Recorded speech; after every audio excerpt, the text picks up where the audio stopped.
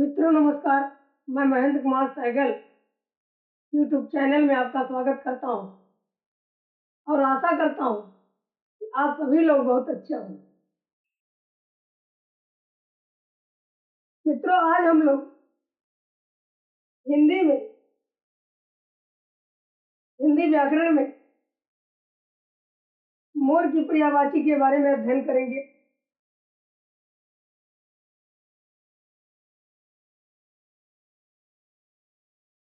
आइए मित्रों, हम लोग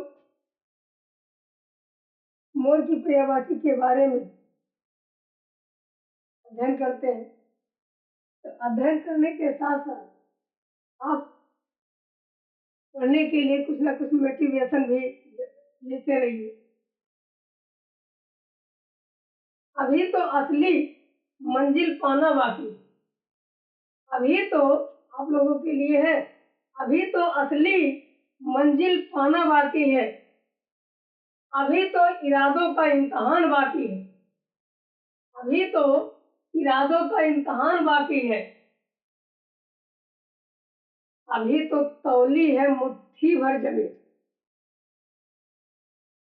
अभी तो तौली है मुट्ठी भर जमीन मित्रों। अभी तो तौलना आसमान बाकी है। अभी तो तौलना आसमान बाकी है। आइए मित्रों, अभी आज आप लोगों को आसमान तौलना बाकी है। अभी कितना कहाँ तौले।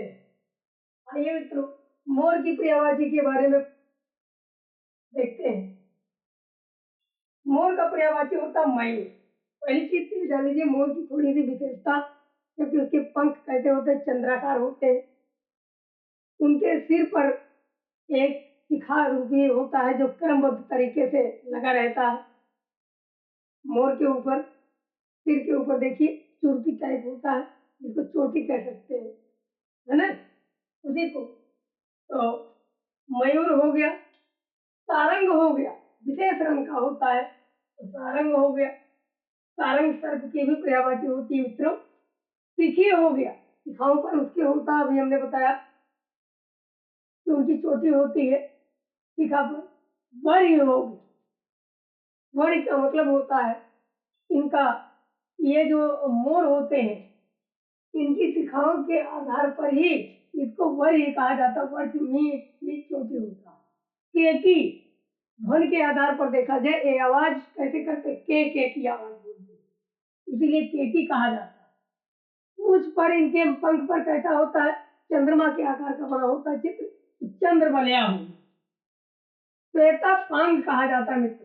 श्वेता किसको कहा जाता है, सरस्वती जी को।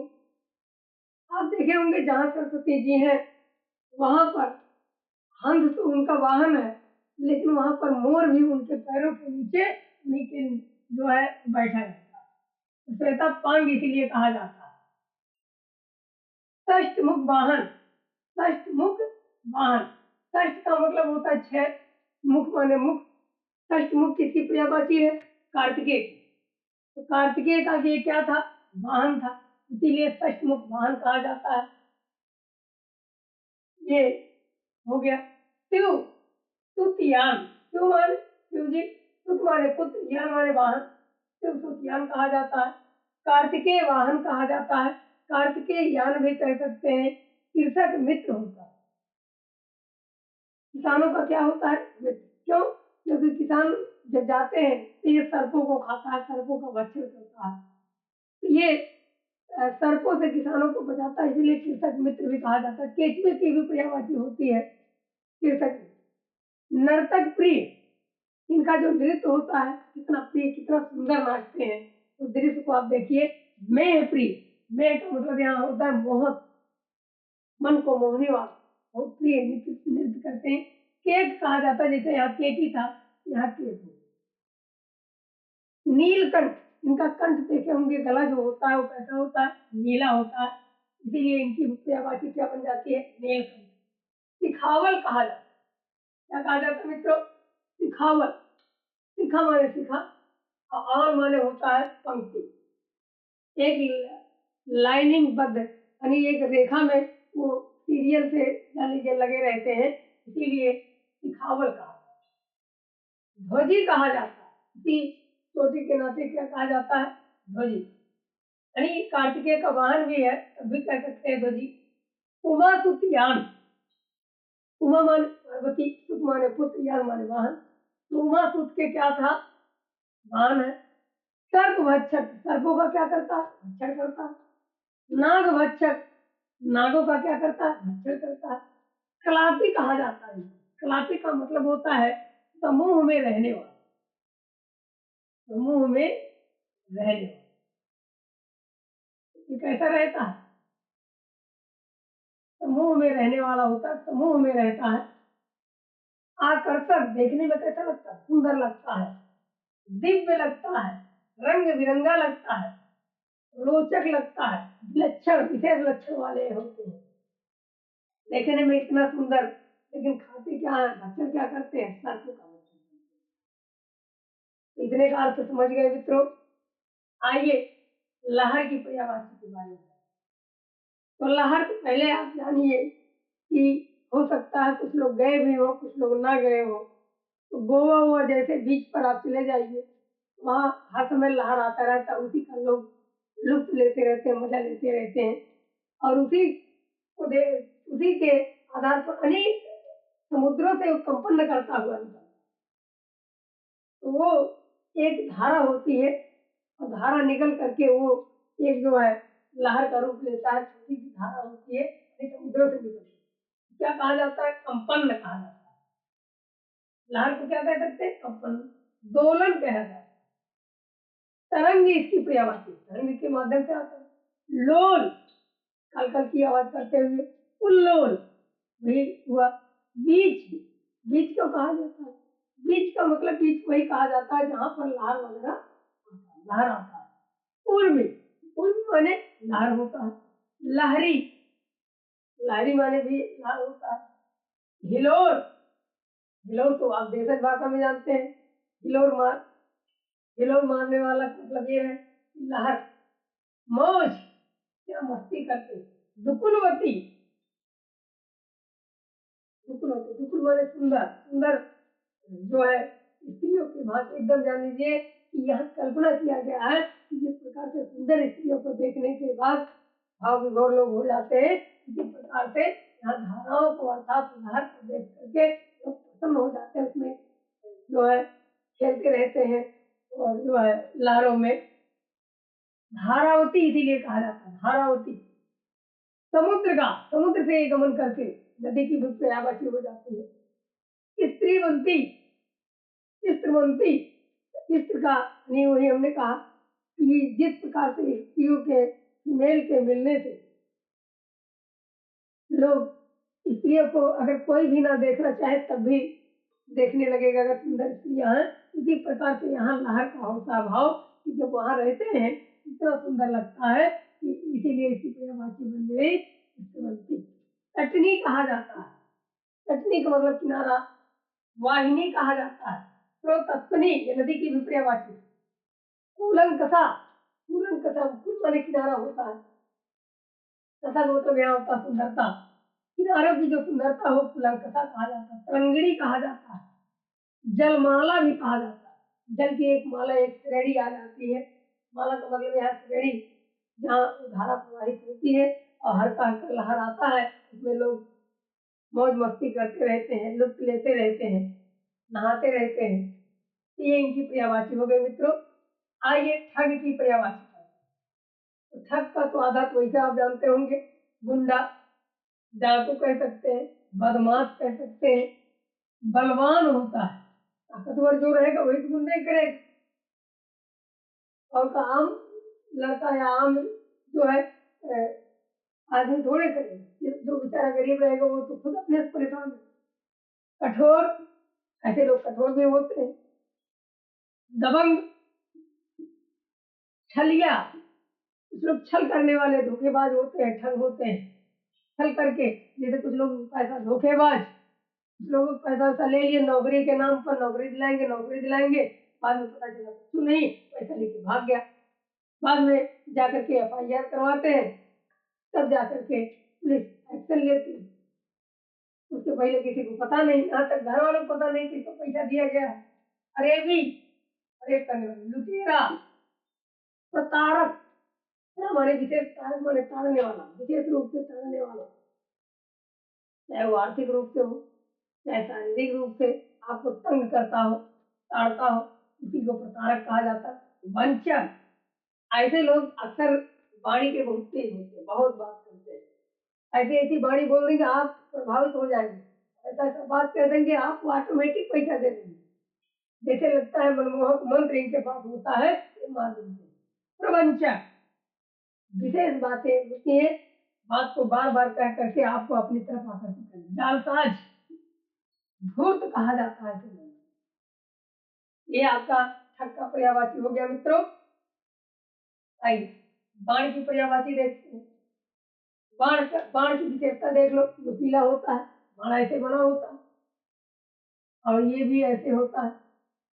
इसमें पहले आप देखे होंगे, इसमें पंख उंख लगे रहते थे, इसमें नीचे यहाँ पीछे पंख लगे रहते थे, लोहे का नुकीला। तो यहाँ है विशिष्ट, विशिष्ट भी माने विशिष्ट, सिख माने सिखा, जिसकी विशिष्ट सिखाए हो उसी को विशिष्ट कहा जाता है।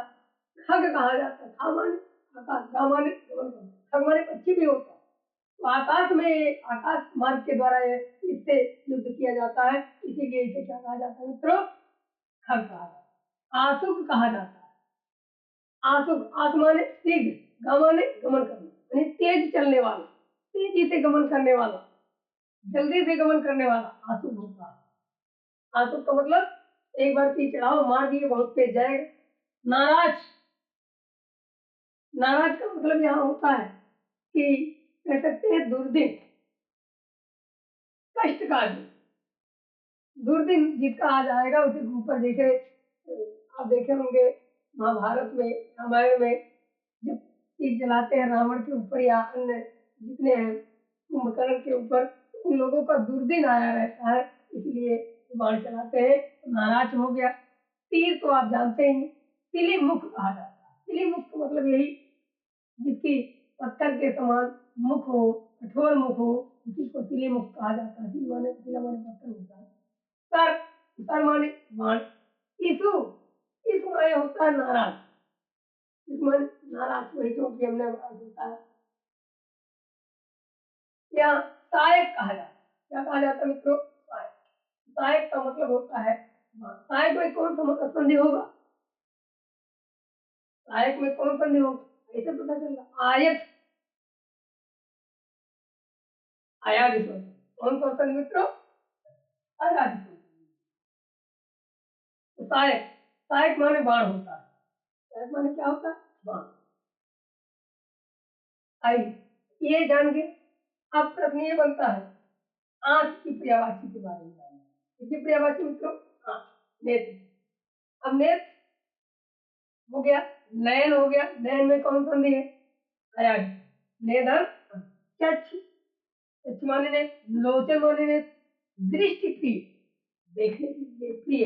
आंखें मित्रों, अगर आंख ना रहे बल्कि और कोई दूसरा अंग कट जाए तो चलेगा जीवन में, लेकिन आंख ना रहे जान लीजिए आपका पूरा जीवन व्यर्थ। तो दृष्टि प्रिय कहा जाता है। विलोचन कहा जाता है, विशेष लोचन। अक्ष कहा जाता है। अंबक, अंबक कहा जाता है। अंबक का मतलब यहाँ होता है, अंबक जो कहा जाता है, ये अंबक मीन्स भी आंख होता है।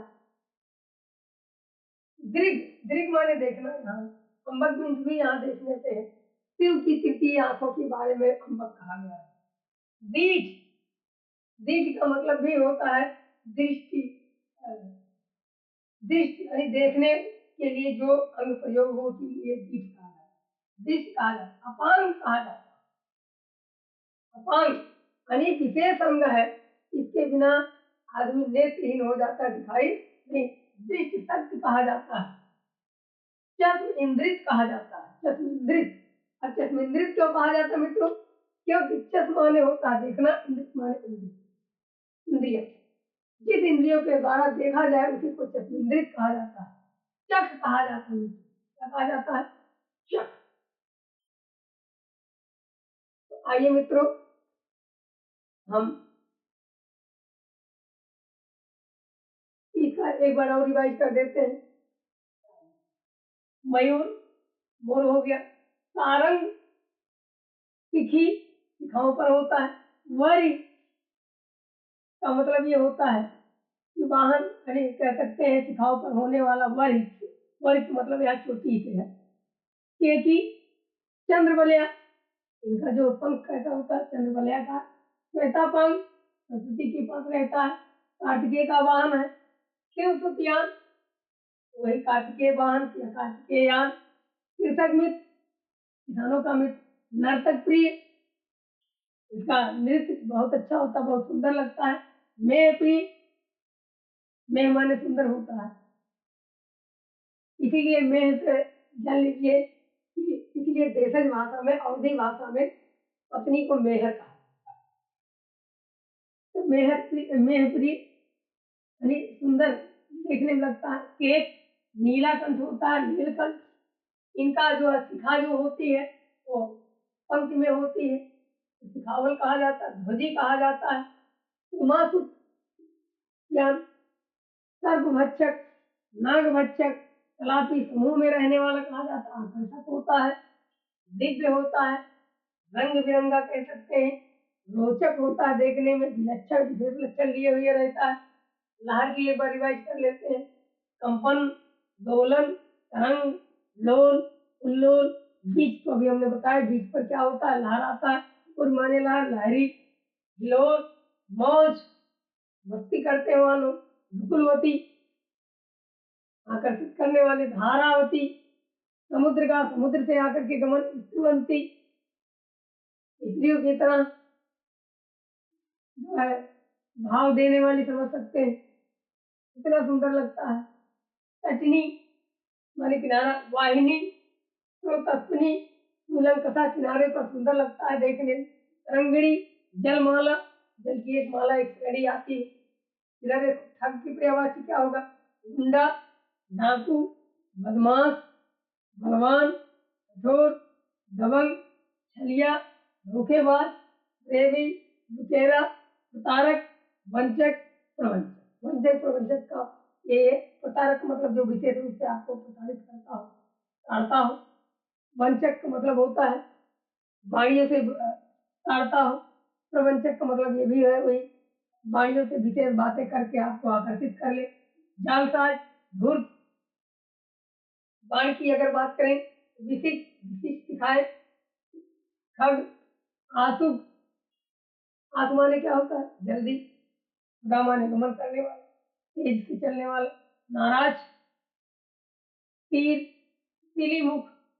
सर माने बाण, इशु, साय। आपकी पर्यायवाची क्या मित्रों, नेत्र, नयन, चक्ष, लोचन, दृष्टि, विलोचन, आक्षी, अम्बक, नेत्र कहा जाता है अम्बक में। दृक, दीठ, दृष्टि, अपांग, दृष्टि शक्ति, चश्मेंद्रिय, चक। मित्रों अब हम अगले पर्यायवाची के बारे में अध्ययन करेंगे। आइए